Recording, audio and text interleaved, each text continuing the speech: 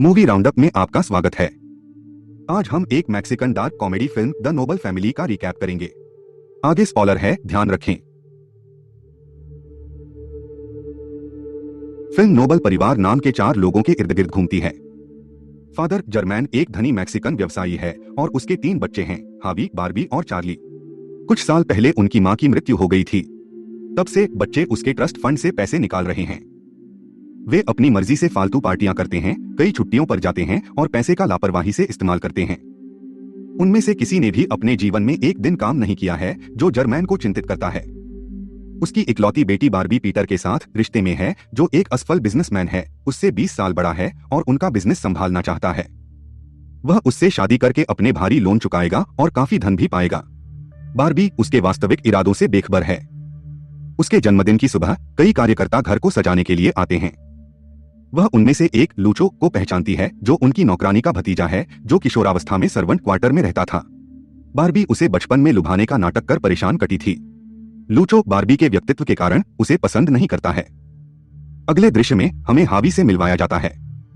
वह एकमात्र बच्चा है जो अपने पिता के बाद बिजनेस को संभालने में हल्की दिलचस्पी रखता है। जब वह अपने दोस्तों के साथ पार्टी नहीं कर रहा होता तो वह कंपनी के लिए काम करने का नाटक करता है। हालांकि वह पूरे दिन बेवकूफी के आइडियाज के अलावा कुछ नहीं करता है। एक सुबह वो कहता है कि वे एक पेट्रोल होम डिलीवरी सेवा शुरू करें। जर्मन का बिजनेस पार्टनर करीम इस बेतुके विचार के लिए उसका मजाक उड़ाते हैं।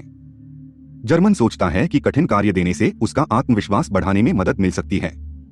वह उससे एक फाइल अगले दिन एक सहयोगी को भेजने के लिए सौंपता है। फिर हमें परिवार के सबसे छोटे बेटे चार्ली से मिलवाया जाता है। वह एक कॉलेज हिपस्टर है जो लगभग हर दिन अपनी कक्षाएं छोड़ देता है। वह अपने शिक्षक पर भी लाइन मारता है और अक्सर इसकी वजह से परेशानी में पड़ता है। उसकी जीवन शैली पार्टी करना और अपने माता पिता के पैसे का व्यर्थ उपयोग करना है। जब जर्मैन अपने कार्यालय में होता है तो वह बच्चों के खर्चों का बिल देखता है। करीम उसे अपने बच्चों की लापरवाह खर्च करने की आदतों के खिलाफ चेतावनी देता है। जर्मन जानता है कि उसे उन्हें पैसे का महत्व सिखाना है, लेकिन यह नहीं जानता कि कैसे। उस दोपहर हावी अपने दोस्तों को मियामी की यात्रा पर ले आया, बिना परवाह करते हुए कि उसे उसके पिता द्वारा शाम को एक महत्वपूर्ण कार्य दिया गया था। बार्बी शाम को अपनी बर्थडे पार्टी एंजॉय कर रही है। वह लूचो को देखती है और उसे अपनी पोशाक से एक दाग साफ करने के लिए कहती है। लूचो यह सोचता है कि वह कितनी नादान है। पीटर उन्हें करीब आते देखता है और बातचीत में बाधा डालता है। फिर जर्मन और बार्बी पीटर के अनुरोध पर एक निजी कमरे में जाते हैं। वह बार्बी से शादी करने की अनुमति जर्मन से मांगता है। बदले में जर्मन सवाल करता है कि बिना नौकरी के वह उसे कैसे खुश रखेगा। बार्बी बीच में जवाब देती है कि वे उसके ट्रस्ट फंड का उपयोग करेंगे। यह जानते हुए कि पीटर एक अच्छा व्यक्ति नहीं है, जर्मन शादी को अस्वीकार कर देता है, लेकिन बार्बी पीछे नहीं हटती। वह बाहर घोषणा करती है कि उसकी और पीटर की सगाई हो चुकी है और जल्द ही शादी होने वाली है। जर्मन पहले से ही अपनी बेटी के लिए चिंतित है, लेकिन उसकी समस्याएं और बढ़ जाती हैं जब उसे पता चलता है हावी ने उसे सौंपी गई महत्वपूर्ण मीटिंग को छोड़ दिया है। फिर उसे चार्ली के कॉलेज डीन का कॉल आया कि उसे अपने शिक्षक के साथ यौन संबंध बनाते हुए पकड़ा गया और उसे निष्कासित कर दिया गया है। कॉल आने के ठीक बाद जर्मन को सांस लेने में कठिनाई होती है। उसे अस्पताल ले जाया जाता है और जब उसके बच्चे उसे देखने आते हैं तो वह दिल का दौरा पड़ने का नाटक करता है। उसे उम्मीद है कि वो उसे बहुत अधिक परेशानी देने के लिए जिम्मेदार महसूस करेंगे, लेकिन वे एक फिल्म के बारे में बहस करना शुरू कर देते हैं। जर्मन उन्हें सबक सिखाना अपना मिशन बनाता है। उसने और करीम ने दिवालियेपन का बहाना बनाने और तीनों को गरीबी में रहने के लिए योजना बनाई। अगले दृश्य में बार्बी अपने दोस्त के साथ एक रेस्टोरेंट में है। हावी हमेशा की तरह पार्टी कर रहा है और चार्ली एक मेडिटेशन क्लास में है। बार्बी के कार्ड से भुगतान करने की कोशिश अस्वीकार कर दी जाती है। उसे कभी ऐसी समस्या नहीं हुई, इसलिए वह इसका हल नहीं जानती। साथ ही वह भाइयों को तुरंत घर लौटने के लिए कहती है। उनके फोन काट दिए गए हैं और पैसे मांगने के लिए बाहर भीड़ जमा है। जर्मन उन्हें दीवार से कूदकर बचाता है। घर से काफी दूर जाने पर जर्मैन बताता है कि करीम ने उन्हें धोखा दिया और उनकी सारी कंपनियों के पैसे लेकर भाग गया है। जर्मन अब गरीब है और धोखाधड़ी का अपराधी है। क्योंकि भाई बहन कंपनी के शेयरधारक हैं, पुलिस उनकी भी तलाश कर रही है। इसका मतलब है कि उन्हें उनके सभी रिश्तेदार से संपर्क करने से बचना होगा और लो प्रोफाइल लाइफ जीनी है। आखिरकार भाई बहनों को स्थिति की गंभीरता का एहसास हुआ। जर्मन उन्हें अपने पिता के पुराने घर में लाता है, जो कंपनी की संपत्ति में नहीं है। घर दशकों से त्याग दिया गया खंडहर है। वे तीनों कभी भी लग्जरी होटलों के अलावा कहीं नहीं रहे। जर्मन कहता है उन्हें पैसा कमा के घर का रेनोवेशन करना है। वे पैसे की चर्चा करते हुए खाने में भद्दा स्ट्रीट फूड खाते हैं।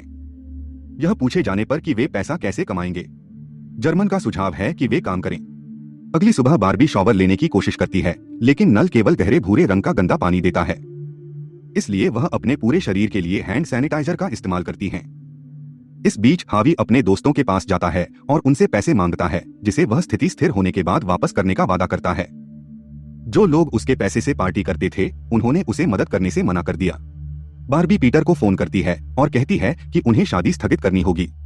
उनकी स्थिति के बारे में जानने के बाद पीटर परेशान है कि मौका मिलने पर उनके पैसे का लाभ नहीं उठा सका। चार्ली अकेला है जो अपने पिता के अनुरोध पर नौकरी की तलाश में जाता है। उसे आसानी से बैंक में नौकरी मिल जाती है।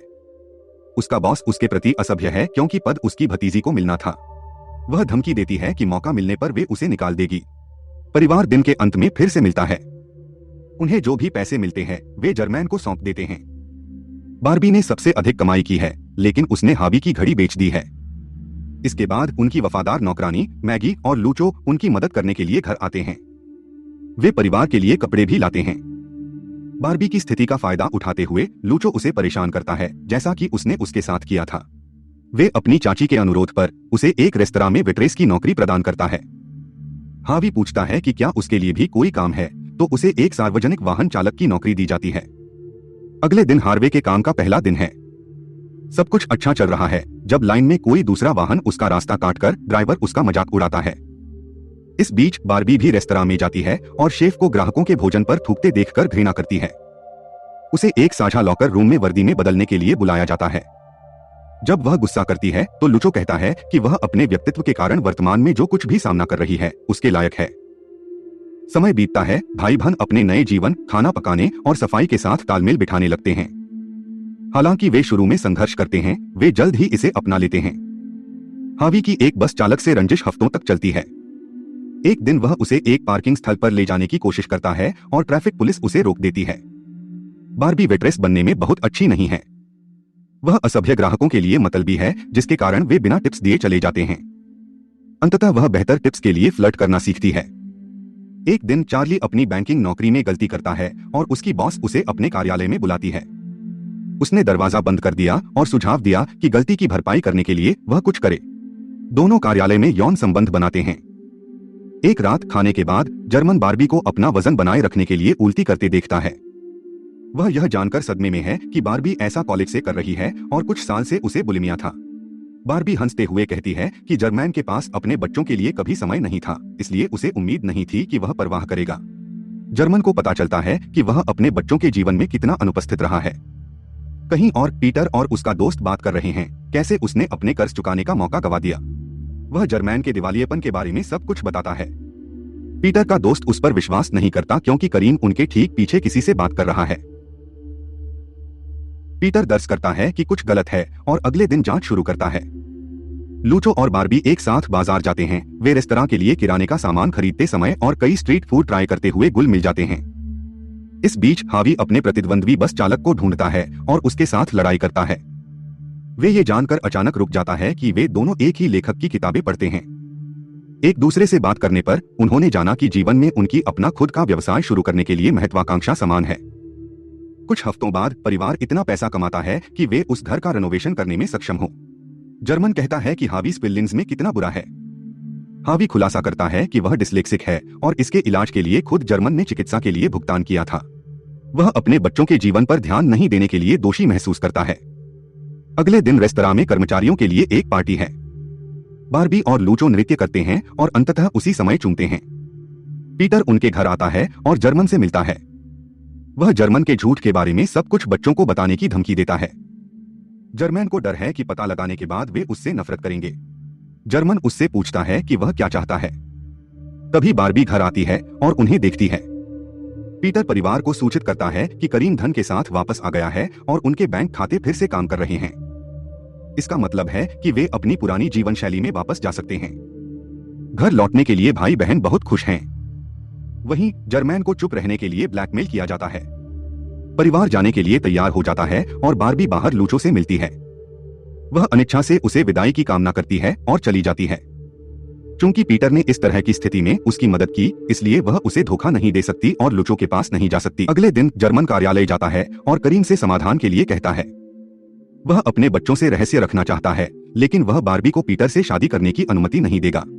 बारबी शादी के लिए खरीदारी शुरू करती है, भले ही उसका दिल उसमें नहीं है। वह केवल इसलिए करती है क्योंकि वह पीटर की ऋणी महसूस करती है। अगले दृश्य में जर्मन और करीम पीटर और एक वकील के साथ बैठक में हैं। जर्मन बारबी के जीवन से बाहर निकलने के लिए पीटर को पैसे देता है, हालांकि पीटर उससे शादी करना चाहता है। अंत में जर्मन को एक कॉन्ट्रैक्ट पर हस्ताक्षर करना होगा जो बारबी के पति को उसके ट्रस्ट फंड से जितना चाहे पैसा इस्तेमाल करने के लिए अधिकृत करेगा। उसे अब भी उम्मीद है कि पीटर बारबी का पति नहीं होगा। बैठक के बाद जर्मन अपने परिवार की नौकरानी मैगी से मिलने जाता है। वह उसे अपने बच्चों को सच बताने की सलाह देती है, क्योंकि वह इसे जितना अधिक समय तक छुपाएगा, उन्हें उसे क्षमा करने में उतना ही अधिक समय लगेगा। जर्मन उस पर भरोसा करता है और सही काम करने का फैसला करता है, लेकिन वह इस बात से अनजान है कि कहीं और पीटर बारबी को प्रस्ताव दे रहा है। वह उससे तुरंत शादी के कागजात पर हस्ताक्षर करने के लिए कहता है, क्योंकि वह अब और इंतजार नहीं कर सकता। बारबी घबराई हुई है और अनिश्चित है कि वह उससे शादी भी करना चाहती है। फिर भी वह उसे मानती है और सिटी हॉल जाती है। जर्मन अपने बेटों को तुरंत मिलने के लिए कहता है।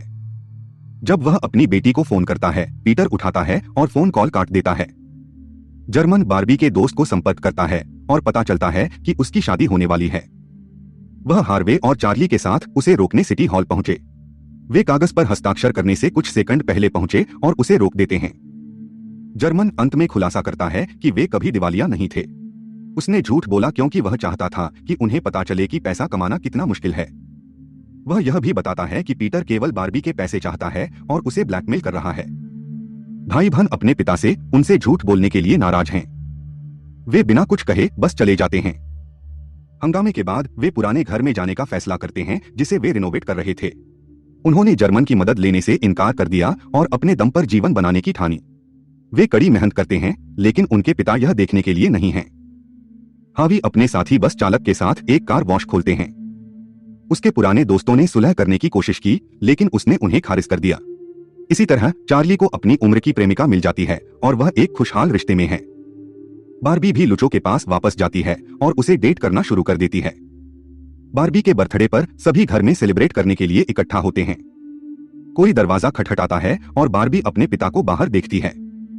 वह उसे जन्मदिन की शुभकामनाएं देता है और जाने वाला है, लेकिन उसके बच्चे उसे अंदर बुलाते हैं और परिवार अंत में फिर से जुड़ जाता है। इस तरह फिल्म खत्म होती है। वीडियो देखने के लिए धन्यवाद। वीडियो को लाइक, कमेंट, शेयर और चैनल को सब्सक्राइब जरूर करें।